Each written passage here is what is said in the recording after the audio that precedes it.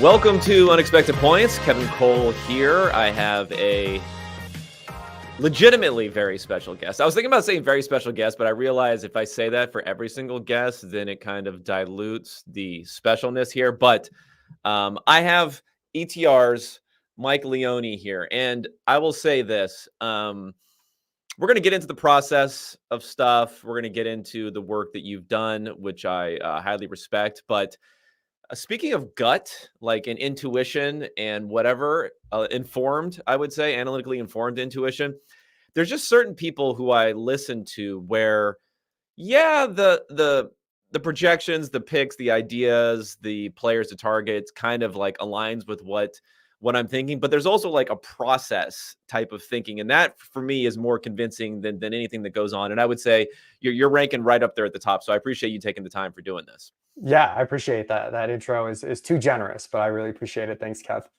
Yeah, well, I have to do something, as we discussed a little bit before this. For anyone, if you're going to listen to one piece of content coming into what that's come out in the last couple of weeks of the deluge of over analyzing everything that's going on in the preseason and everything else, I would say my favorite, one of my favorite podcasts of the year, definitely my favorite preseason fantasy preparation podcast, is when you and Evan Silva have your debates over there. And I'll tell you, like, it wasn't, you know, a Biden level performance from Evan, because he could actually articulate his thoughts and this and that, but it was a pretty overwhelming defeat, I would say, in that case. And I think Adam was kind of keeping it close for the sake of excitement. What do you think? Was there some chicanery going on here with the judging in this? You know, the Drake London judging was out of control. But other than that, I thought it was pretty fair. But yeah, the Man versus Machine podcast is super fun every year. I love getting Silva's thoughts, and we go at it. We play it up. We're actually gonna record a draft together tonight, me, Adam, and Evan, and hopefully a little bit more camaraderie during the draft than there is in the Man versus Machine debates. Do you already have a system in place for how the inevitable disputes are going to be resolved here? Other than, I think Evan's preferred method is just to let you draft a player and then complain about it, so he can just complain about it later. I'm glad that is 100% the way the disputes get broken is, yeah. And then Evan will rage quit on us mid-draft. I mean, he'll be there physically, but emotionally he'll have given up on the team by the 7th round. But we're trying to avoid that this year. We'll see if we can do better. Well, that's why you draft a lot. That's why you draft a lot of teams, so you can emotionally give up a lot and kind of still be in it. And then, of course, you pivot to DFS when things are getting bad enough in the seasonal leagues that you don't have to worry about it anymore. All right, let's talk agenda a little bit today. I think everyone on here probably knows you, I would think. Maybe I have a different perception of my following versus your following, but I bet it's not quite a fully concentric circles, but pretty close to that. But we'll talk a little bit about you getting into the space. We'll talk JJ McCarthy. I think we got to talk some newsy sort of stuff here with that big of an injury coming off. And then we'll go into, you know, how you build projections, how you think about updating them during the preseason, and maybe times when, you know, we let a little bit of, you know, of irrationality creep out. You know, we use our hearts rather than our minds. We try to enjoy watching football and being a fan, and you know, make some selections that might go against what the projections are saying. So first, so you are the director of analytics at ETR. How did this all come about? Maybe just you getting into fantasy football in the first place, and especially the nerd side of fantasy football, which is pretty much all of fantasy football nowadays. I've been in the fantasy sports industry for about 11 years now. ETR, this will be my 5th football season with them, which is crazy. It's been an awesome ride. I got started in like the very early days of DFS. Me and Drew Dinkmeyer wrote for the same season-long fantasy baseball website called Fantistics, owned by Anthony Perry, who's a great guy. And I remember just randomly G-chatting back when we used G-chat. Drew one day being like, I'm getting killed in NBA DFS. Like, I need some help. I know you're an NBA guy. And we like really hadn't chatted at all before. I just knew we wrote for the same site. And yeah, one thing led to another. We launched a paid kind of like advice service for DFS baseball. And that was the first thing we did together. And it went well. Eventually we got a deal to do our stuff on Roto Experts, where we were doing baseball, basketball, and football. And that was, I believe, like October of 2013. So when I officially like went full time. And then over the years, it just gets more and more competitive, and the need to get better sort of got me into like the nerdier data side of things. You know, I was a math major in college, so I was always into the math, and super cliche, I got into, like, I read the book Moneyball in college, and I was like, whoa, this is awesome. Like, and then, but yeah, I mean, we were doing such generic stuff in the beginning. Like, we were like copy pasting AccuScore box scores to like determine fantasy point projections for NBA. And then we would have like these models that were like, you know, kind of like models. They were just like all these subjective weights on categories that like we felt were good. You know, they weren't like trained on anything. And then over time, we were like, well, we need actual projections. And then I like learned how to do that. And then for a bit, I was thinking of stepping away from fantasy. I took a data science Python boot camp, and that sort of like ratcheted things up for me and was able to stay in the fantasy industry and make use of that, which sort of led to my role at ETR as the director of analytics. And we've expanded our data science team. Now we have 3 people actually that we hired in the last 2 years, which is super exciting. And that's fun for me because there's people that are just way smarter than me in terms of math and coding. So I get to be a bit of that like middle ground between the content team, you know, the guys like Silva who know ball, Drew who definitely has analytics chops, but like knows basketball really well. I'm the middle ground between like those guys and the guys that are like really good at the math to kind of bridge things and hopefully give us the best systems ever, whether it's prop betting, fantasy sports, DFS, whatever it is.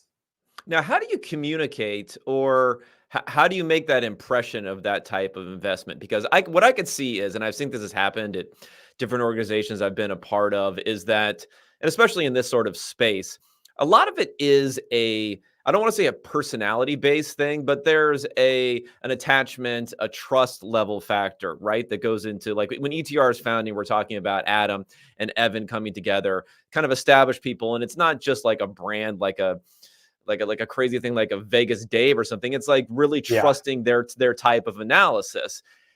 So then when you add people behind the scenes, you could be coming up with these like material improvements, but yet how it bleeds through to increasing that trust level where you don't have like a direct kind of attachment in that sort of way. It's not as easy to articulate and things like that, but you can really raise the level, especially on the margins of what we're talking about, being able to update things quickly and stuff like that. How have you seen that evolve, like bringing these people in? And do you agree with me a little bit? It's kind of difficult to figure out like what the value is of that when it's hard for it to set into people's minds. Yeah, it's a great question because it's something that we've struggled with. I know our CEO Taylor Caby, he's like often talking about like how can we turn what we're doing into like better content to like really portray to people that we're doing these things and we're doing them very seriously, like probably more seriously in some regards than anybody else.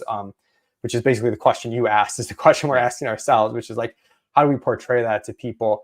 I guess, like, first of all, we try to be like extremely genuine and transparent. You talk about the trust that ETR has with the guys. So I think that's important. And then taking what the guys on the back end are doing and trying to really relay that to customers through our content, like what's actually happening, like why it matters to them. And that's, you know, whether it's me on a show, Adam on a show, you know, Dink and I do Establish a Million. And we kind of try to take those things and really let people understand like what we're doing, like where the pros and cons of what we're doing, how we're improving, that sort of thing. But it is hard at the end of the day. Like you can't just give people like, oh, here's our R squared and someone else's. Like it doesn't always translate in that regard. So I don't know if I fully answered your question, No, but I think so. I mean, I guess I would see, and maybe you felt this a bit, like your role in a way is kind of bridging the gap between those two things. But you could argue that it would also require maybe letting go a bit on like the kind of nitty gritty hard work that's going on there, because it's so important for you to be out there being the face of this side of ETR and articulating that and trying to, wrap that into the larger story of why people should be subscribing. yeah, and it's definitely challenging. I've seen like my role, we're still a small company, so I'm wearing like multiple hats. I do a lot more content, I think, than I or ETR envisioned when they hired me. So I do have my hands in a lot of areas where like managing this data science team, and there's still some like stuff that I'm doing on my own on the back end, and then the content. But one thing that's been fun is we've been able to productize like some of the stuff we're doing. So we launched the NFL DFS simulations at Solver last year. So that was a really cool way for us to showcase like how we're simulating player outcomes and like really making that applicable to DFS. And then Adam and I could use that on the GPP recap show for the week to talk about teams. And Drew and I will talk about an established million, how we're using sort of the sims to help us play. So that's been fun where like there's more, it's more tangible where we can directly say, hey, look, this is what we're doing. Like, this is the outcome of some of this stuff. And obviously the stuff we're doing for that, like flows through to other things too, like our floor ceiling projections that people get. So being able to productize things is sort of like the awesome part, because then you can really point to something tangible versus just saying like, hey, trust me, we got these smart guys working on things, so our projections are better. Yeah. I mean, I could probably do a whole podcast talking about the business stuff. All these things are popping into my mind. Like, I could definitely see those sorts of investments being like more of a customer retention / pricing sort of thing. You could probably lean on more than like necessarily bringing in new customers. But anyway, it's all interesting stuff. I don't want to get off on a total tangent but like on this. But go ahead. The flip side, I was just going to say, is like we made some big improvements with our NBA baselines methodology. Nothing changes as far as what the customer sees, other than the projections are better and hopefully the props do better. And I think people see that through like our ability to maintain a really high ROI in NBA props. But you know, it's not as A to B as like, here's the sims, like you can use them. It's like, we did this cool thing, it's making the NBA projections better, and they're like, okay, we trust you, I guess. But that's where it becomes more difficult to like really portray that to customers. Yeah. And when you guys are like moving these props markets, like literally your recommendations are moving the markets, it's almost like you're investing to just keep up with what you've been doing in the past, or else you can't, because of the fact that these markets are moving along with your recommendations more and more so as time goes on. Yeah, absolutely. All right, so let's get into let's go newsy first before we get into the big stuff here. JJ McCarthy, of course, everyone has seen, to the chagrin of long-suffering Vikings fans, that he's out, full tear repair. So a couple different things. I thought it was interesting that I wanted to look this up. I couldn't remember anyone who was a first-round quarterback who had something like this happen, where they miss an entire season. And Doug Clawson, who is Doug Clawson? Let me look him up here. He's a Christ follower, first of all, researcher and writer at CBS Sports. So he mentions the first person to miss their entire rookie season due to injury since 1967. I'll just assume that's true, because I didn't find anything to back that up. And I guess I've tried to figure out, like, what does this mean for McCarthy? Like, rationally, you would assume if like someone's going to be good and they're a young guy, whether, let's say, someone came out after their junior year as an underclassman, or they came out a year later, or they came out even after being a bit older, like Joe Burrow, it's kind of like, if they're good, they're going to be good. It shouldn't matter that much. But however, when we have other positions where we have seen this more often, right? Guys get injured as rookies, miss significant portions of time. It hasn't been quite a death blow, but it's been really bad for their long-term projections. And at the same point in time, I can't necessarily pin down rationally why that would be so different. Like, why someone a receiver missing most of their first year, or their entire first year with an injury, why that would dramatically decline their success rate career-wise, other than maybe more injuries likely in the past. How do you think about this for career development for McCarthy first, and then we'll talk about how it affects things for this season with him out?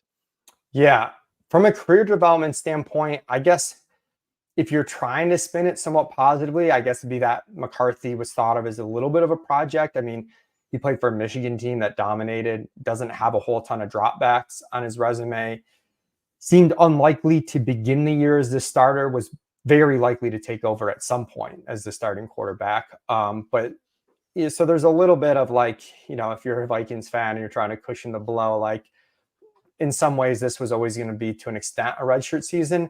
But ultimately, it's not good when you're starting off with a knee surgery. You're not going to get the same amount of reps that you would get. And I do think playing those games is important, even if it doesn't go well. I think, getting that experience at the NFL level is huge. So it's tough to really pin down because, to your point, we haven't had a quarterback in this situation before that's missed the entire season. We've had quarterbacks sit for not health reasons to bring them wrong slowly, like, Mahomes and whatnot, but we haven't had anyone just not play because they were hurt. Yeah, I mean, the thing is, like, guys sitting who are not hurt, so they're practicing. I think Mahomes famously was doing the scout team sort of things, and people were raving about what was he kind of had a buzz, even though he only played one meaningless Week 17 at the time, Week 17 game going into after his rookie season. So there doesn't seem to be any evidence there, and it's not just Mahomes. It's like you go to Aaron Rodgers, you go even to Brett Favre before him. You go to a lot of quarterbacks who may have been playing. Who've been playing behind like a really good quarterback. Now, if you're not starting as a rookie at all, and your team stinks, and your competition stinks. Okay, yeah, then maybe there are some questions there. But we've seen that development does not seem to be affected by that. But this is a little bit different, right? Because you're not practicing. You're not maybe getting some of those reps that you were before. And then it also made me think a little bit, and someone had mentioned this in some replies when I was talking about it on Twitter, is that, well, how does it work for someone like maybe an Anthony Richardson, right? Who only played a little bit and then missed the entire rest of the season, maybe not that many more reps than someone like JJ McCarthy. How do you think about that? So that sort of stuff, even for someone like Richardson coming into this season, can we view him like a normal second year quarterback? And, you bump the projections for these guys going into their second year for the most part, unless they have a CJ Stroud sort of season, then you're hoping they can replicate that. Yeah, I mean, for Richardson, that is a good question. I do think we're leaning into a small sample, but I think everyone's excited by what they saw from Richardson in that small sample of 3.5 games or whatever it was last year, because there were some questions with Richardson, like, I mean, can this guy be, an NFL quarterback, or is he just like super raw? So for him to come in and have like any sort of success, let alone the way they did it, I know they were run heavy a few of those games, but I remember week 1, we got killed on his props taking unders because they were just throwing way more than we expected. Like some really positive signs that you saw. Now, if he had missed the whole year, we may not have seen that and known that. I don't know if it would dramatically change what actually would have happened year 2 for Anthony Richardson. It would have certainly changed how, we projected him and thought about him. But if you think about like if he had missed the whole year, as far as his actual ability to succeed at the NFL level, how much would have been changed if he missed those 3.5 games and we didn't see him? Maybe not that much. I do think like in terms of downside, you think like Trey Lance, I guess, would be an example where, he ran really bad, broke his leg, and then they find another quarterback that does well. Now that's a little bit of a different circumstance because San Francisco was such a good team that they like really had to play for now. I don't think JJ has that same concern. Like I'd be really surprised if he wasn't the starting quarterback next week 1 next year. I mean, I think you're really like anticipating that happening. Yeah, there's a problem if he's not the starting quarterback next year. Yeah.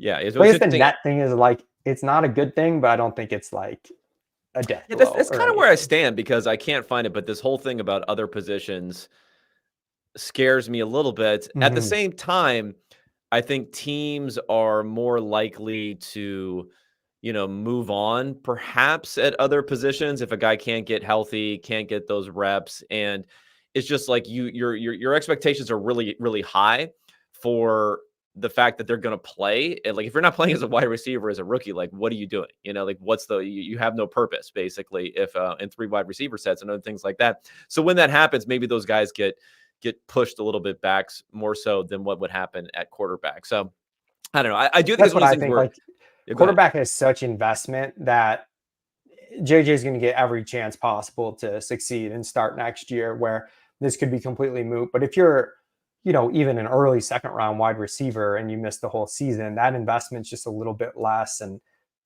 rosters change, coaches change. You can just see where that's really bad, where you're not able to put anything on tape. And sometimes it takes pass catchers like, we talk about like the year 2 breakouts and stuff. And it's like, well, you're resetting the clock a little bit if you haven't seen any of that action and got any of that. And you can see where that could be more difficult for positions where they're not as invested in you.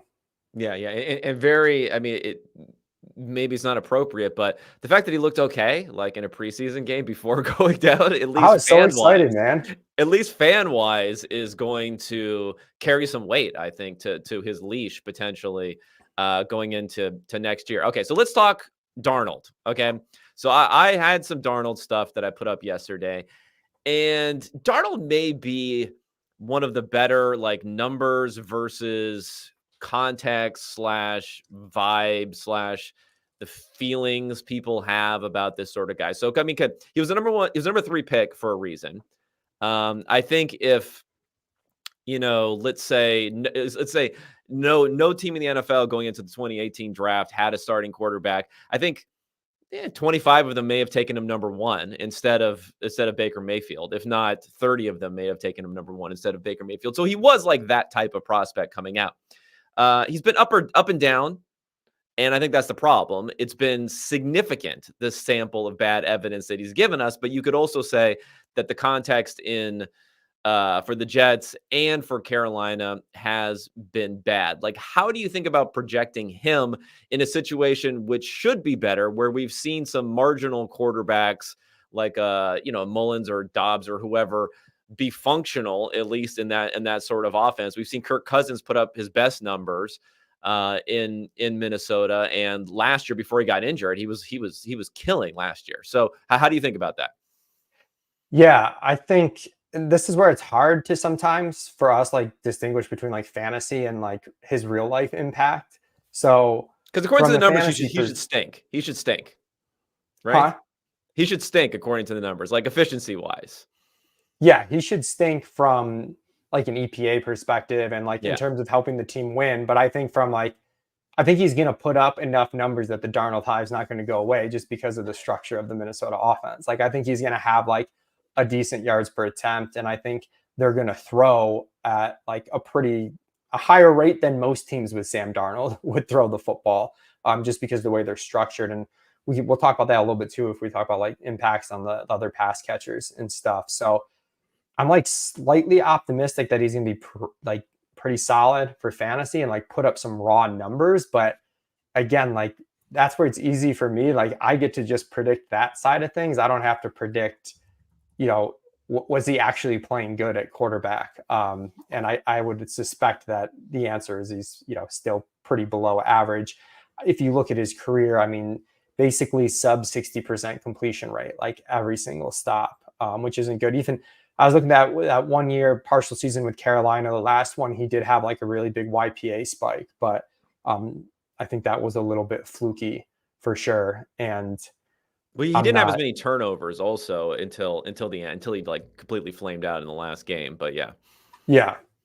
So I think also what we see too is we see people point to Baker Mayfield, Geno Smith, like these reclamation projects, and those are definitely the outliers and not the norms, but they exist. So it's easy for people to be like, well, it worked for them, so it can work for Darnold.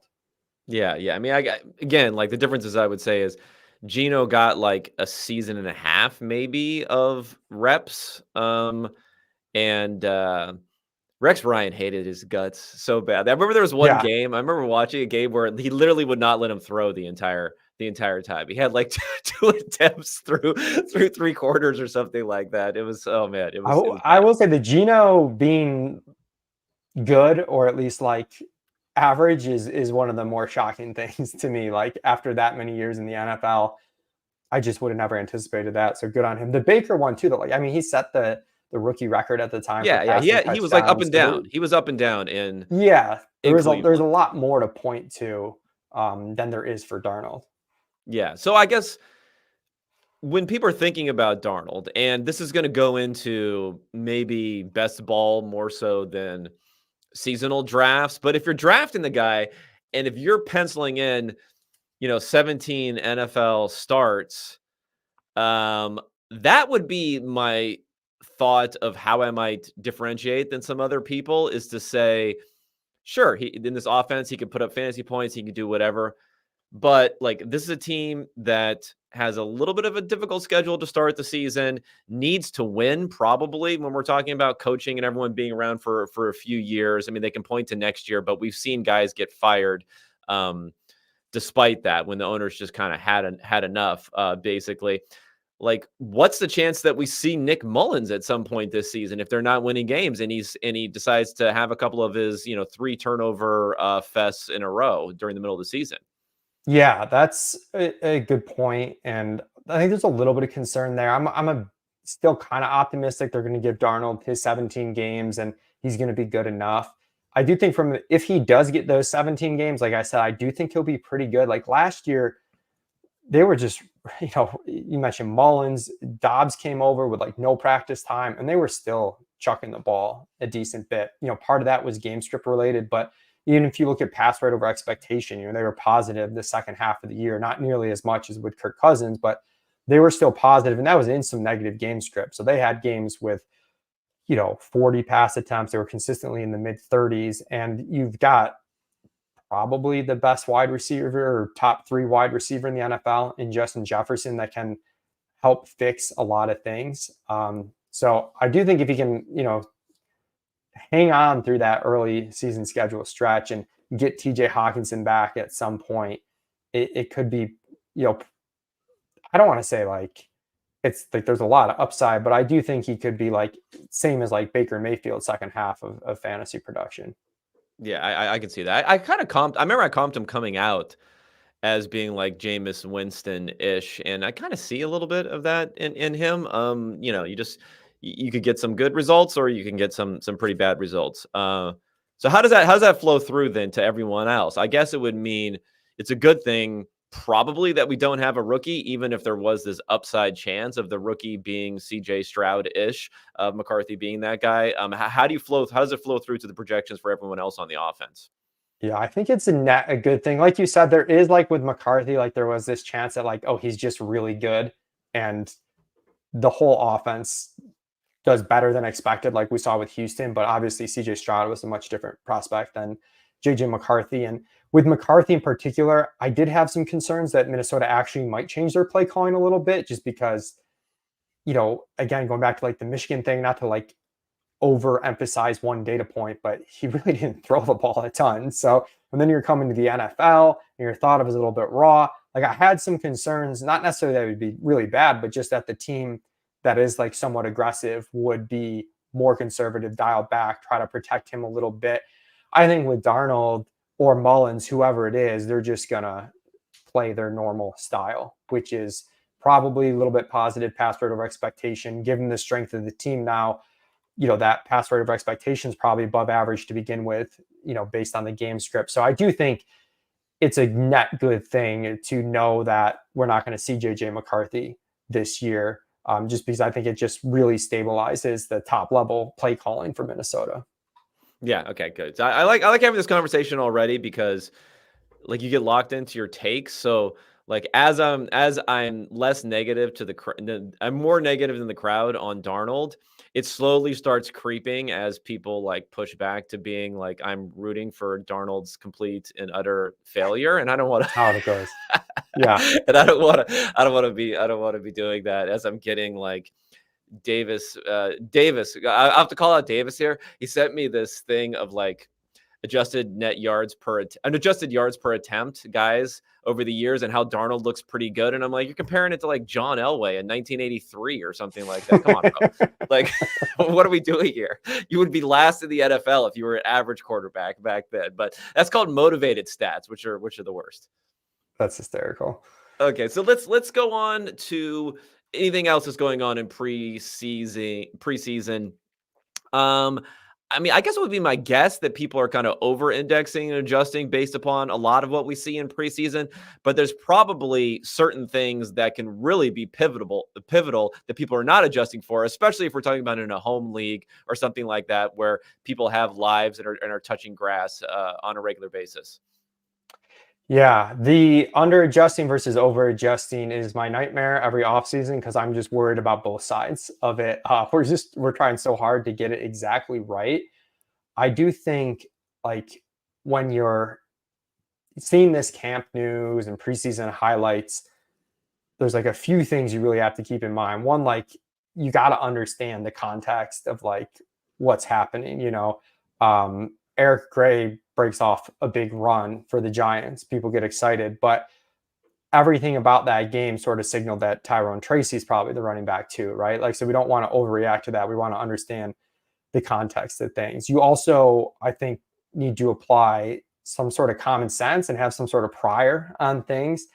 And that's tough because you don't want to give way to confirmation bias with everything. But at the same time, if you just go in blind, I think you're liable to make mistakes and like not totally understand exactly what's happening. Deneric Prince is another example where people were really excited about him because he was getting these first team reps behind Isaiah Pacheco and in front of Clyde Edwards-Helaire. But, you know, CH had some health stuff going on. And also, if you look back last year in August and you search tweets for Deneric Prince, it's all tweets about him getting first team reps and the team trying him out. So and nothing came of it, which doesn't mean that nothing will come of it this year, but it's good to have like that understanding of like, oh, they're giving him a trial. Like, just because he's taking these reps doesn't mean he's the RB2 right now. So yeah, balancing context, your prior on things, and like having a baseline for us, like doing projections, like understanding what our assumptions are and everybody being on the same page is important, because you don't want to like double count things where it's like, oh, Jonathan Brooks is maybe going to start the season on PUP. Well, it's like we're sort of like building that in and anticipating that already. So we don't want to like totally panic if that news hits. Okay, let's talk about some of the injuries, because injuries would be like the obvious thing, right? That it's impactful, it's real, it matters. One way that I could see, and this is just anecdotally thinking about it, is that if you're going through and you're projecting, and I'd done some of this when I was with PFF and I was doing some of the projections. If you're doing this nightmarish sort of projections where you're projecting out every game and you're like, oh, I think they're going to miss, 3.5 games, and then you slot them in. The reality is, like, you could have a mistake of over projecting someone because you're just saying they're going to miss these games and then they start. I mean, what if the injury takes longer? What if they re-injure? What if we've seen these kind of lost season where maybe it's not the median outcome, but it really lowers the floor for what could potentially happen for guys who are in these skill positions? So how do you think about doing all that when kind of the precise analytical way, you can't necessarily just slot in a certain number of missed games and assume that they're playing at whatever level you would have projected them before as they come in? Yeah, this is a good question, and something that I think we've corrected over the past couple of seasons where we might have been, too optimistic on these types of players.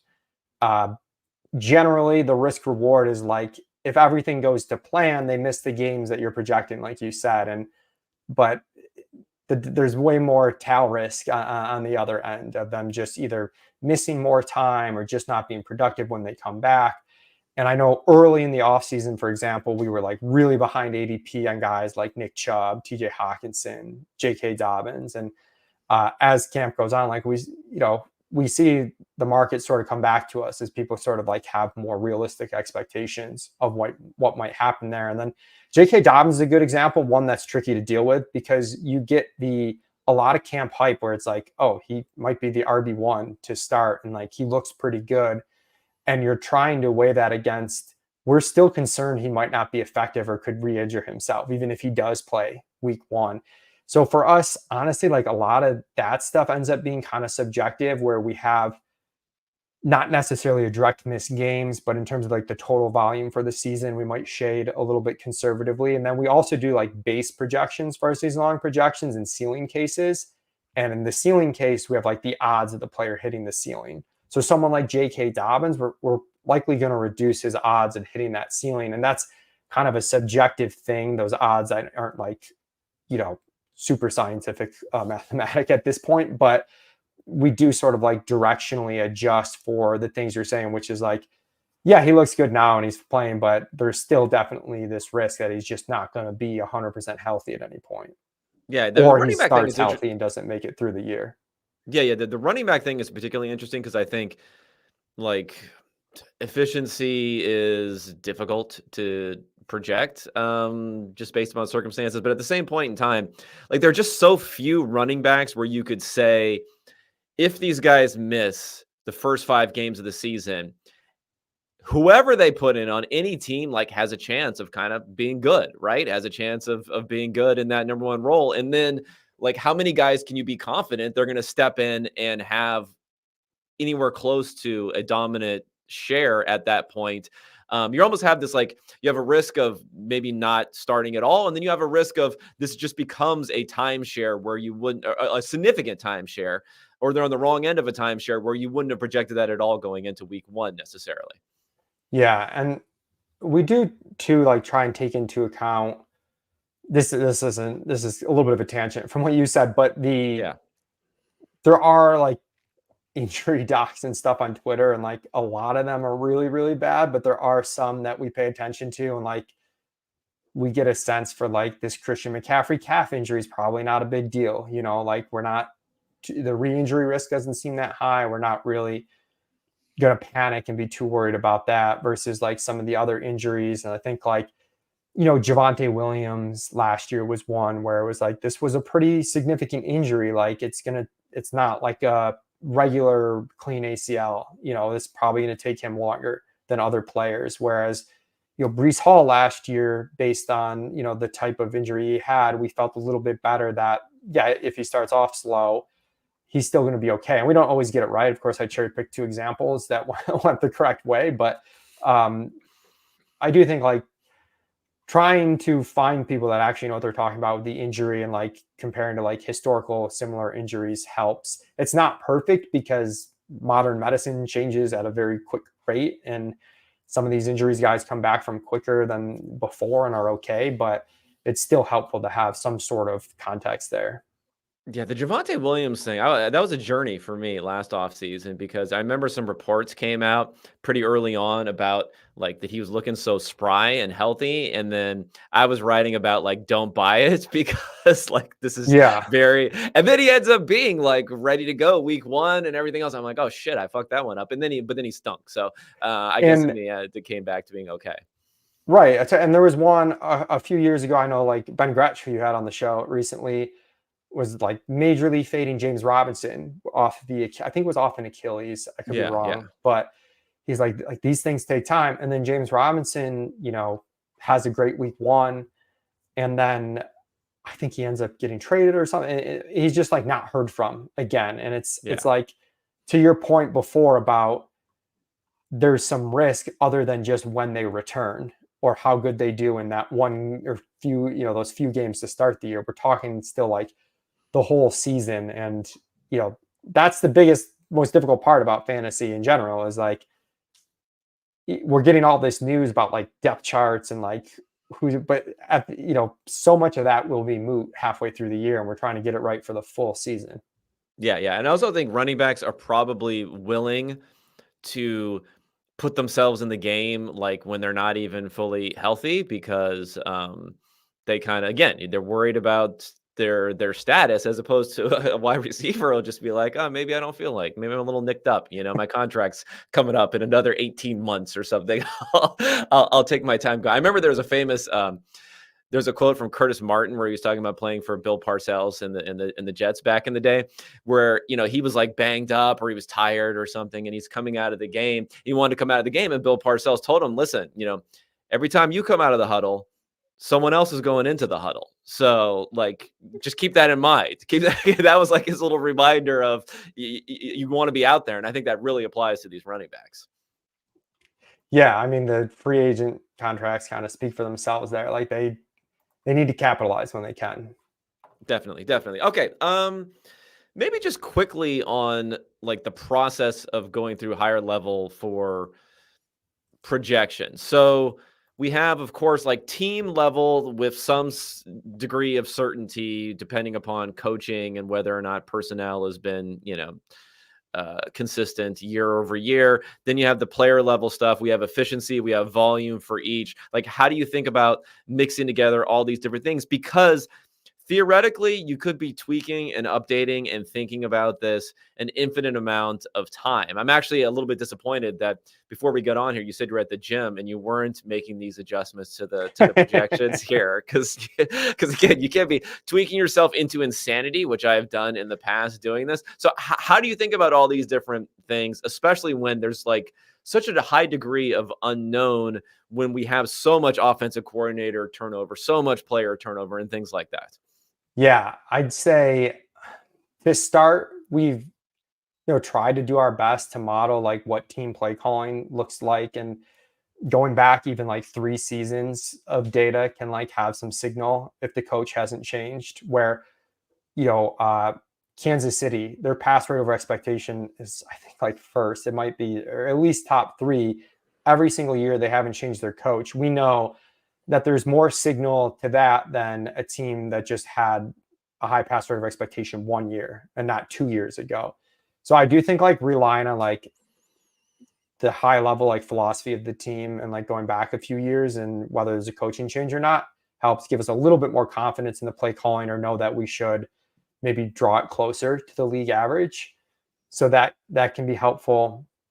But really, if there's like a flaw in our projections right now, it's harder for us to do, I think, the range of outcomes on like the team level play calling. I think we have it pretty good for the player level, where we have like a base case and a ceiling case. It's harder to do that on the team level. You could do that from like a scoring standpoint on the team level, but it's hard to do that from like a pass rate level, for example, because that's, for some players that's good, and for other players it might be better if they run more, so, and it also depends on like the game script and like how those things are all correlated. So, but we spend a lot of time trying to get the team play calling like pretty in line to like what's a reasonable expectation. It's like a mean projection, so we're trying to kind of like cover what the range of outcomes could be, and in one number still, which isn't ideal, but we try to do it. And then the player level, like I said, like we have a base projection and a ceiling projection. We can kind of weight those accordingly. But to your point about tweaking, like we're constantly tweaking this stuff, and it can be difficult too when you see the impact that even small tweaks can have. Like there's a flat tier of wide receivers in round 2. We bump a guy 0.5% in target share, he goes up 3 spots, and people are like, "Oh, what happened? Why do you like this guy so much now?" And it's like, well, it's just really close, And that's where too you have to have some feel when you're drafting of like the types of bet you're making on players, and understanding that a guy being ranked 20th versus 23rd is an absolute gospel. Like it's really close. 0.5% target share over the course of the season could be the difference there. Okay, well, what have you learned is part of this adjustment process over the years that you've been doing it, other than maybe you become maybe you're enjoying the punishment of having to do this over the years, you become numb to it. But like, have you learned, are there any particular areas of mistakes that you think you're making, or that you have made in the past that you're correcting, and which would then naturally be something that other people are doing as part of this? Is it over adjusting? Is it under adjusting? Is it more like specific types and paradigms that are going on? How do you look at it? Maybe not over or under adjusting, but realizing like the rosters can change and will change over the course of the season. So I think we used to maybe overly allocate volume to the players that are there now, and like the depth chart, and like more relying on like, I guess if you want to call it vacated targets or whatever. Like, Yeah, I mean, oh, you there's project that, you have to, right? Like just like a blank spot or something, because you yeah, don't so even we have a know. Yeah. blank spot, like unlisted wide receiver, running back, tight end, that sort of thing. And then even Brandon Cooks is a good example for Dallas. If you're doing projections and you're not doing that sort of thing with Dallas, like you're probably going to project some guys way too high. They throw the ball a ton, they're efficient, the competition looks like there's none. But what we've learned is that if a guy like Brandon Cooks is just like not good at this point in his career, and you look at his age, his targets per out run last year when he also didn't have a lot of competition, if we're just looking at him individually, what target share would we project? Like, and it's not that high. It's not nearly as high as the number you'd get if you were like, just look at the Dallas roster and you're like, oh, Brandon Cooks has to get 15, 16, 17% of the target. So that's something we've learned to be careful with. There's a famous one where like Brashad Perriman one year was like really high on our projections and ended up just getting cut and like not playing for the Lions at all. So just being careful with those types of players where you're just like thrusting volume onto them because you don't know who to give it to has absolutely been one. And then going back to like the Perriman example, and there was a Kenny Galladay one too, where it was like, we weren't that high on him, but we're like, if he just plays, there's no way he's not worth, a 15th round pick. And then That was the if. and yeah, that's the if. Sometimes you have these assumptions where you're like, well, if this, and then you start to realize those ifs are like maybe a little bit more fragile than you thought they were. So, Yeah. Especially when it comes to wide receivers stealing money when they change teams. That's been like, I feel like that's been a pretty good theme. I remember Dwayne Bowe when he went to the Browns. There's been a bunch of guys who just like clean up on these contracts who are kind of like these mid-tier sort of receivers who have one good year, they hit free agency, and then it's all said and done.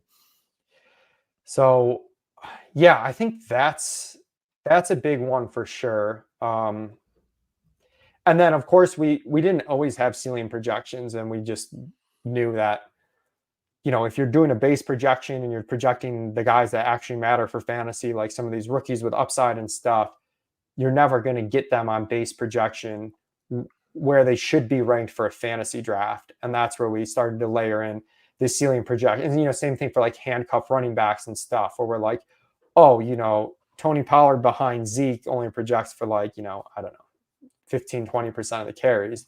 But if Zeke goes down, he's going to take the full workload, we think. So we can differentiate then between different scenarios where like if things break right, like this guy could be a workhorse back, whereas another backup might be a pass catching back, might actually project a little bit better on base because of that. But there's no scenario where that person becomes a workhorse back. So differentiating between those things has, been something that we've been able to incorporate the last few seasons in a bit better way than years 1 and 2. Okay, I'm interested in the upside thing because it's become maybe more popular. Maybe it's always been popular. I guess it's always been popular because it's always been like just draft the right players, right? It's like another version of draft the right players. You want upside. You want to find the outliers. That's how you win fantasy football. You don't win by being fourth. You win by being first. So there, you want those types of players. Now, this is my like intuition on this, and I think what I've seen for doing my own projections is probably like the difference is I think you can find that upside maybe more so in like volume that you wouldn't have expected than efficiency that you wouldn't have expected. But most people think of it in terms of X player is really, really good, meaning they were really, really efficient last year. And by not projecting them to equal that efficiency this year, you're missing out on the upside. And that's the discount that you can get from the guys. How do you think about those two things working against each other? Yeah, it's tough. I definitely think there is some correlation there where like if you're really good, you might be more likely to see more volume than we Right. expect. Actually, But it's to your interesting. Just point, real side note on Brandon Ayuk, I was looking at some numbers for him, like guys who had similar seasons. Yeah, they weren't really any more efficient, but they did get more targets like the next year. That was like the one thing that ended up happening. It was them getting more targets, even though their yards and their touchdowns on a per target basis were way down year over year. Go ahead. but yeah, it can be difficult. Like going back to the Brandon Cooks example, like how much volume can the player earn? Brandon I do Cooks is think like just getting crushed left and right like on this on well, this but podcast. this is like a different. I'm just Poor saying, but guy. like being able to have a ceiling case where we can differentiate like when Devontae Adams first went to the Raiders, Yeah. we were higher on him than the market. The market was like allocating these targets, and we were too, where we were only giving him like a 25% target share or something, just because of the setup for the Raiders. But like in our ceiling case, we're giving him like a 33% target share. And there's like not many players that can do that. So he was way up in our rankings because that ceiling case we were waiting, where he had the ability to like earn that much. Like he had that sort of talent, I guess.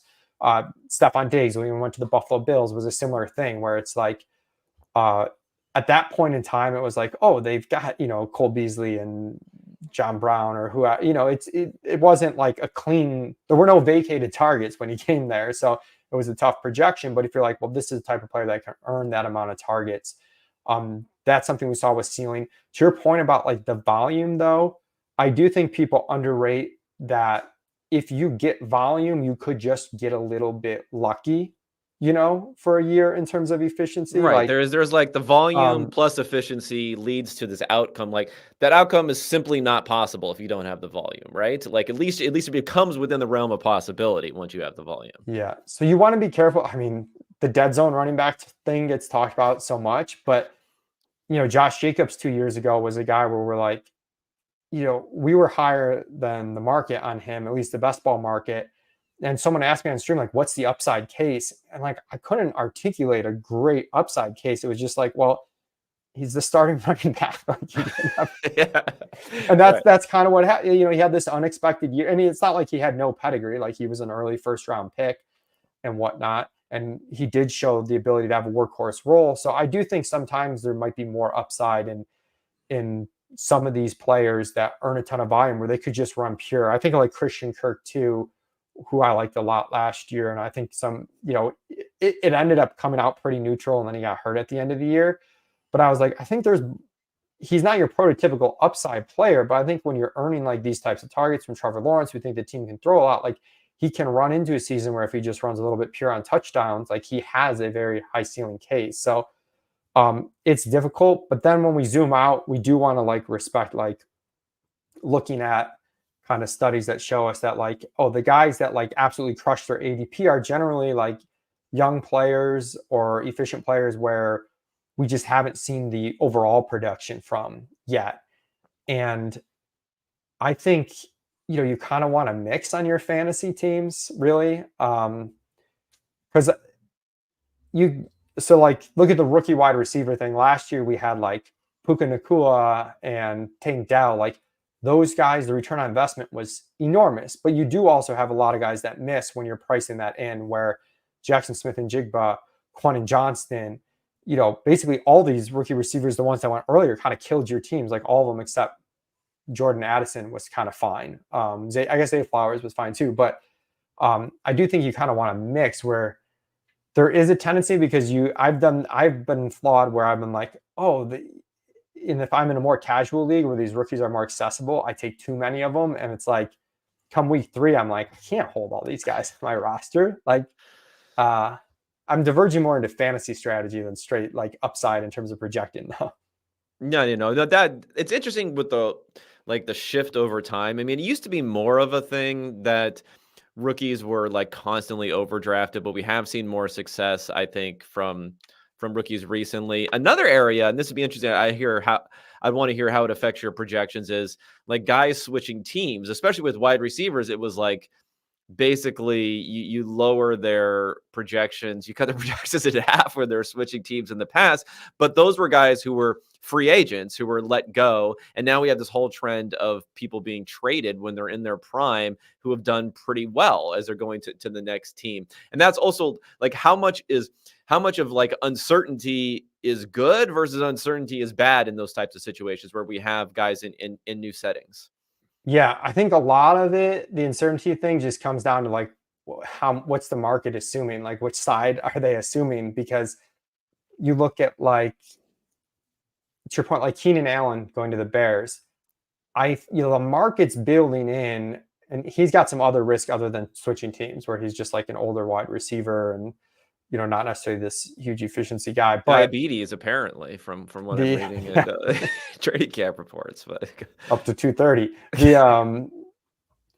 But I think the market in that case, for example, is like really building in this downside case, where like we've like cut his target share by like almost like 30% from what it was last year. But again, like going back to like the Devontae Adams thing, and seeing, like, we know this is the type of guy that could earn a ton of targets. So I think that's a scenario where the uncertainty is more a good thing than a bad thing, because the market's just already assuming that he's taking like a clear backseat to DJ Moore, and that he can't like earn the target volume that he was earning before. But there's definitely been some scenarios, I think, with some of the rookies where we saw it with like Ben Sinnott, early in the offseason, started to get this crazy ADP where people were like, oh, rookie tight end, like this is our chance to get Sam Laporta again. yeah, And it's like, notoriously a great thing to draft yeah. in the past, right? Yeah. So you got to really just, again, like, it's important to understand what your assumptions are. That's one of the biggest benefits of doing the projections, is like not necessarily nailing exactly, because you're not going to nail exactly like how many yards, catches, et cetera, you're going to get, but like understanding what your assumptions are, and then you can pivot.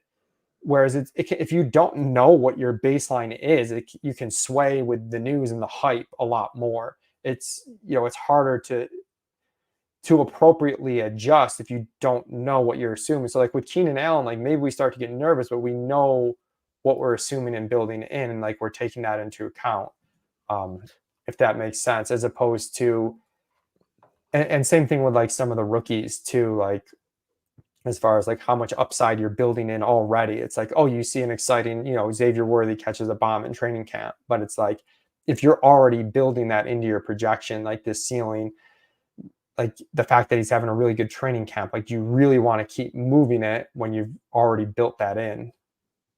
Yeah, yeah. No, it's interesting because I think you guys have had some of these discussions about the different rookies, and there is, it seems to me, I don't know the exact like measure that you would use, but I think there's like a consensus big board ish sort of thing that almost flows through to the season where they're being projected sometimes when it comes to receivers, at least, or a more talent based sort of thing. Um, is based not only on where they were drafted, but kind of what people thought about them before they were drafted. And then if they have an unexpected draft position, they're going with that. So for instance, if you look at like this year, if you have 3 receivers who are going in the top 10, should we differentiate that much on like how good we think they're going to be as rookies? Like probably not if we're just looking at their draft positions, but there's a vastly different view of these, at least 2 receivers versus 1 receiver in this mix here, and that can really affect their projection. So I don't know, how much have you looked at that? I guess maybe this idea of there's this weird thing where it really flows through. Like there'll be receivers who had fallen. I can't even think of a good one. Like this is, I'm dating myself here because but I I mean, remember Troy Dorian. Franklin fell a bunch in the draft, and people were still taking him pretty early I mean, until that happens a recently. lot. I mean, I was going to say Yeah. Dorial Green Beckham, which like way back in the day was a guy that everyone loved. And then he went in like the middle of the second round and he was still being drafted basically as high as he was because people looked at it and they're like, oh, he went to a team where he can get some targets. But it's like, yeah, but the guy's a second round receiver, not a first round receiver. How do you think about that sort of stuff? Yeah, I definitely lean towards the draft capital a good bit. I do the combination of like the stuff Anthony Amico does for us for Dynasty is one of the sources I really trust. Another source I really trust is like JJ Zachariason does his prospect guide, and he's got a really objective way to kind of weight these factors, and it's sort of like back tested. So, and draft capital is a huge input, but I think he's does a good job with the weighting where he's able to be like, if I like these guys more, it probably means a little bit something. It doesn't mean I'm chasing them forever, um, but I can make that adjustment accordingly. And speaking of the top guys of the draft, like you get Malik Neighbors and Marvin Harrison, and you can see that through like JJ's prospect stuff, like these are 2 of the best wide receiver prospects we've had. And I think like that, and there is a gap between them and a Dunze. And while the gap in draft capital isn't huge, it does kind of the order they went sort of backs up a little bit of like how they were thought of as prospects through kind of like this more objective view at those points. I do think like Rome Odunze goes way too late in drafts because people are like way overthinking the landing spot. I mean, for a while we were using some data you had, I know, looking at like the expected target share by draft position. So it is interesting though how like some of this stuff doesn't make sense to me where you look at like Lad McConkey and Keon Coleman versus Brian Thomas. I don't really understand why the market is bearish as like Brian Thomas is clearly last of that bunch. Like going into the draft, he was kind of like objectively a better prospect than those guys. He gets drafted basically right where we thought, which is the wide receiver 4 ahead of those guys by like a meaningful, maybe not in terms of raw spots, not a ton, but it was kind of like a meaningful distinction. And he ends up like in a pretty decent landing spot. So there's sometimes where like the market does just seem to have a bias against certain rookies or for certain rookies that I don't totally get. And a lot of it comes down to, I think, like trying too hard to perceive like how good the landing spot is. Lad McConkey goes, there's no other wide receivers there. He's playing with Justin Herbert. I think he's getting a little bit too pumped up because of that. People are scorned by the Jaguars from last year. And I get the Brian Thomas one. I really don't understand like one because I feel like the market should be like excited about that one, but they aren't. Yeah, there's always these weird ones. Yeah, I think there's always how I like to think about some of these receivers is, how good they are based upon, like you talked about, some other things, some other metrics you can bring in along with draft position. And then you have to say to yourself, like forget about the specifics and overweighting the specifics of their landing. So I have to say to yourself, if this receiver is an elite receiver, let's say, if they hit like how likely is that? Then you start to think to yourself, like, does it matter? Do these other things matter, right? Like, is it Right. possible for an elite receiver to get buried behind, a guy who might be semi-elite and whatever? Like, no, it's not going to happen, right? Like, they're going to emerge and they're going to go through, and maybe that would kind of clarify things. I think for some people is to say, imagine you had X elite receiver and you put them on this team, what would end up happening, rather than thinking about the landing spot and where they fit in a target share basis. Yeah. And then the other thing, I think I'm like more concerned about guys who get overdrafted. Like I'm thinking like of a Kadarius Toney type, where like the analytics community really didn't like him, and he actually had like really good flashes as a rookie. But Yeah, like I'm more if he ever got concerned. routes, if he ever actually was on the field, he'd be an Yeah, all pro. but like Somehow that never I'm happened. more hesitant, I guess, to buy into that draft capital being really good. Like I'm still skeptical of like how good he is, as opposed to if someone drops like a Troy Franklin, I'm more like respecting the draft capital and being like, oh, he's probably not that good. I guess like if you just take the bearish side is sort of like the better side. So a bad prospect that gets overdrafted, like I'm worried about his prospect status. A prospect we really like who goes underdrafted, I'm worried about his draft capital. Like I'm more on the worry side of both of those. Xavier Legette's a good one this year too, where it's like tough, where it's like I really think he's kind of overdrafted, not ideal landing spot. But at the same time, he does go a lot later than other wide receivers with this sort of draft capital. Like, should we just be buying it or not? So there's definitely challenging ones.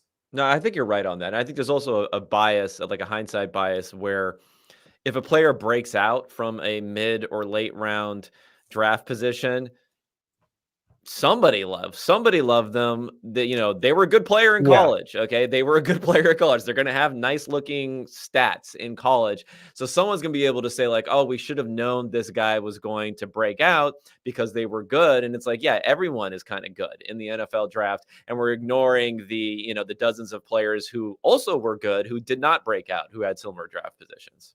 Yeah, 100%. All right, so let's get into let's get some names here.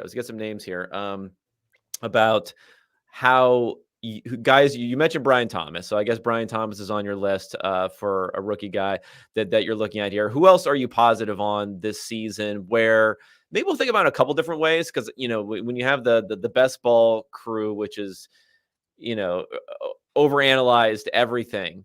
So it was maybe some players who've been overanalyzed in part of best ball that we could still say like we still don't get why they're going where they are. And then maybe for home leagues it might bias more the other direction where people just aren't Yeah. thinking enough about what could possibly happen. Yeah. I guess like home leagues, the rookies are generally cheaper. I think the two we talked about, Brian Thomas and Roma Dunze, are just like really good examples of the market just being kind of weird about these guys and overthinking things. So I think those two are really strong targets for home leagues. Really for all formats, but especially for home leagues. Again, like you want to be careful about how you structure your team where like maybe you aren't counting these guys from day one production. You also don't want to like have like 5 rookie wide receivers and like not be able to hold them and like churn the bottom of your roster. But I think those two in particular are very strong bets. In best ball, one of the guys that's gotten pushed up who I'm like really not in on is George Pickens, who's kind of a sexier pick. He started to fall down a little bit as I think more casuals have drafted. But for a while there on Underdog, he was like, a 3-4 turn pick kind of guy. And that's one where I'm a little bit concerned that, people look at like the yards per out run stuff being really good. And they look at like the Deontay Johnson splits on off splits, but it was like such a small sample. And I'm just concerned that he isn't like this big target earner, that he's going to need to be playing in an Arthur Smith offense where his pass rate over expectation and total pass rate, like they're bottom of the league almost year in and year out. And it's not like the quarterback play is going to be that good. And part of the problem in Atlanta under Arthur Smith was like, even when they called pass plays, they didn't necessarily turn into pass attempts because of sacks and scrambles and stuff.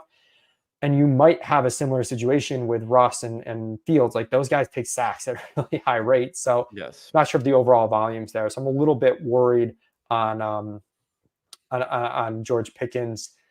It depends how like nerdy you want me to get. Like I got some crazy best ball guys late, but I've also got some teams in general that I'm targeting, like the flip side of the Arthur Smith thing. I just think there's a ton of upside in Atlanta where they could be a very good offense and a very concentrated offense. And I think you could see, really big seasons from any of the big three there, Bijan, Kyle Pitts, and Drake London, where especially in home leagues, those guys might be not Bijan as much because he'll go early, but the other two might be a little underdrafted because people want to see the stat line the year or two before, and they don't see that full stat line. You mentioned the man versus machine. This is one I was kind of giving Evan crap for because he's talking about, Drake London's production to date, and it's like not really fair, based on the offense that he was in. Yeah, yeah, and then wait, who was he?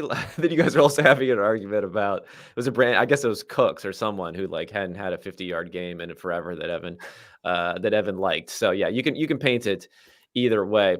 Yeah. Yeah, I don't know if I want to get too nerdy. I mean, to tell you where I am on my own prep, which is not that good because I'm not really in these best ball streets anymore, is that when Tyrone Tracy went down or the cart or this or that, I'd never said like the reaction. I was like, I'm not even sure I know who this guy is. And it was like Patrick Mahomes got injured or something on my timeline all of a sudden. Yeah, us best ball freaks are in a whole nother world. To that point too, I always have a huge adjustment each year when I did my first home league auction draft last week. And those guys like Tracy, like they're not even coming close to getting drafted. And I'm like, oh man, all these guys I could have had on my bench that I'm like thinking of for best ball. So it's definitely a recalibration when you go from like 18, 20 rounds to these drafts where you have a kicker and a defense. So you're taking like 6 rounds less worth of players. Yeah, I had to look him up. I was like, wait, did this guy sneak into the 3rd round or the 4th round? I was like 5th round. Okay, like I can get it, I guess, but it was just funny. Yeah, people have a lot of bags. They have a lot of talk in their book, I think, on that one. And any rookie running back with a path to playing time, people are going to be excited about. Like that's all you need. And some of it does make sense to some extent. It doesn't to others. I've got too much of like Kamani Vidal, who like might not even make the team, But that's But it is another one, funny. right? Where these guys are all like highly efficient in college. They're all good in college. So there's that upside case. You already have like efficiency plugged in, and then you get the volume, and boom, you're taking down $1 million. But it Um, can be difficult. I think like Kendre Miller, who's since dropped, but it's like distinguishing between the case for a player because of what's in front of them versus like, does the team actually like the player or is the player actually good? With Kendre Miller, it's like, well, Jamal Williams is absolute dust. Alvin Kamara is on the downside of his career. Of course, this year 2 back is like the bet to make, but then you hear the coach talk about him. The coach absolutely hates him. So like that can be a difficult point where you're like, there's a very logical bet against the top 2 backs in this offense, but they have to, the player has to be right too. You can't solely just say, well, Kamara and Jamal Williams are bad bets. You need Kendre Miller to be a good bet too. okay, so let's talk maybe a little bit about like outside of the pure machininess of the projections. Like one, what else are you able to integrate into projections that would go outside of? I mean, obviously it's like an art, not science sort of thing there. And two, well, maybe we'll go back to some players who like, are there guys that you just find yourself drafting despite the fact that I don't know, you can't necessarily make the rational case for them based upon your projections, even when you're incorporating, upside and all that sort of stuff. Yeah, there's absolutely those cases. Well, I'll start with the first part of the question Yeah. first, which is, I think in essence, outside of like the math that's done, I don't think people realize like how subjective the process is for making these projections. You can say like, oh, the math says that Roma Dunze is a good pick. Well, I'm controlling how many the target share we're giving to Roma Dunze. So if you assume that's right, that's what the math says, but that number could be off by this or that amount, by a lot. I do think I did want to talk a little bit too, like just look at the outline. I do Sure. think it's very hard to have like a pure like machine learning model thing to project players for the season. Like I Yeah. think it's almost impossible. Like there's just so much context that goes into things that I think you actually need like a simpler approach that we take, which is like project the team play calling, like allocate the shares and then kind of project the player efficiency. And it's like, it's kind of boring, but I think that is going to prevent a lot more mistakes than if you just say like, oh, I'm going to plug in all these variables associated with the player and then have it spit out like a fantasy point projection or a ranking, a model ranking for these players. I don't think that really works. I think that type of project can be useful to help you adjust some of those subjective inputs where you might learn something and be like, okay, year 2 breakout wide receiver models catching that. Like maybe we should up his target share by a little bit. But it's hard to have like a pure machine learning model go Oh into yeah, I things. remember at actually when I was at PFF, that was one of the things they wanted to do was like, can we just automate this whole thing? And I was like, no, you can't automate the whole. You can't just be That's like, let me just push a button and it'll come up with the perfect projections for this week. it is impossible. I mean, there's so much context that goes into things. And then along with that, like we have really good football people like Silva. Brandon Thorne in season does like the OLD. Well, he does the offensive line, defensive line in the preseason too, which we take into account. Like there's definitely these little things where we're moving projections and tweaking things to try and get them right based on kind of like not math stuff, but based on like, I guess, knowing ball type of things, which I'm not the ball knower, but I've got enough experience working with those guys to kind of interpret it and know how to like change things, what to ignore, kind of like what to adjust, like how much weight to put into things. So that's sort of how we do more than just the machine side of things as far as projections. And then what was the second question? Now I forgot the second part of that question. Well, was it in particular like players that I guess that we were talking about where you might be Oh, where I might like, draft them like more. I don't yeah, have a reason. Yeah, there's definitely guys where I've, on one standpoint, I might disagree a little bit from like our projection from the room, just because like it's a lot of voices and like we get things more right than not by having all those voices. But every once in a while, I'll have one where I'm like, I'll disagree with. So like Romeo Dobbs is the guy I've been taking higher than our projection, where I, I kind of, I constantly think of the bell curve meme with like the low IQ, high IQ, and then like the middle. I feel like a little low IQ here with Romeo Dobbs, where I'm just like, this guy on one of the better passing offenses in the league is the favorite to run the most routes and see the most targets. And he's going after 2 of the other wide receivers. Sometimes he goes after their wide receiver 4, who might not play a ton, in Dontavian Wicks. So sometimes when there's like maybe just, and Adam Levitan's really good at this, where like there might just be a common sense thing that like for some reason the projections aren't fully capturing it, or you like don't totally agree with it, that you try and battle against and fight. The other thing too is like understanding your goal, in modeling, this, like one of the most important things is like understanding what your target variable is, like what you're actually trying to get at. And in fantasy, that can change dynamically throughout a draft, and it can change very differently from formats where, do you actually need like safe projected points, or do you just purely need ceiling at this point? And that's where you can like shuffle things around quite a lot from the ranks if you kind of understand the individual range of outcomes for players, because ultimately we have to put one ranking on a player. We can't have like a set of rankings. So a really high upside rookie late in the draft, like a Jalen McMillan type, who we think has upside, could win, but might not even win the third wide receiver job. We think he's the favorite, but he might not. There's a situation where that type of play makes a lot of sense for your team. There might be a situation in best ball where you've drafted running backs really early. You've got a pretty fragile wide receiver room. Maybe you took some guys that were injured to start the year, or you took like Rome Odunze and Brian Thomas, like a lot of these rookies, and you're like, I need some actual safe production. You might take Adam Thielen then over Jalen McMillan. So there's some subjectivity there in terms of like what the goal with the pick actually is. Adam Thielen might have a longevity record as being like the example for We're going on like 5 years now where you could just say Adam Thielen is like the unexciting guy, and he still just continues to grab these targets, which is interesting. Okay, one last thing before I let you go here, and I think this is maybe a little bit more for the degenerates who are doing best ball or doing a bunch of different season-long leagues, this and that. Presumably, you have guys where no matter the format, no matter who you're drafting against, you could almost like take every single draft. So how do you approach that sort of thing? Because I do think for people who are in maybe a handful of season-long drafts, just for your own like enjoyment level, some diversification might be good. So you're not just like completely blown out of the water like 3 weeks into the NFL season. But how do you think about that?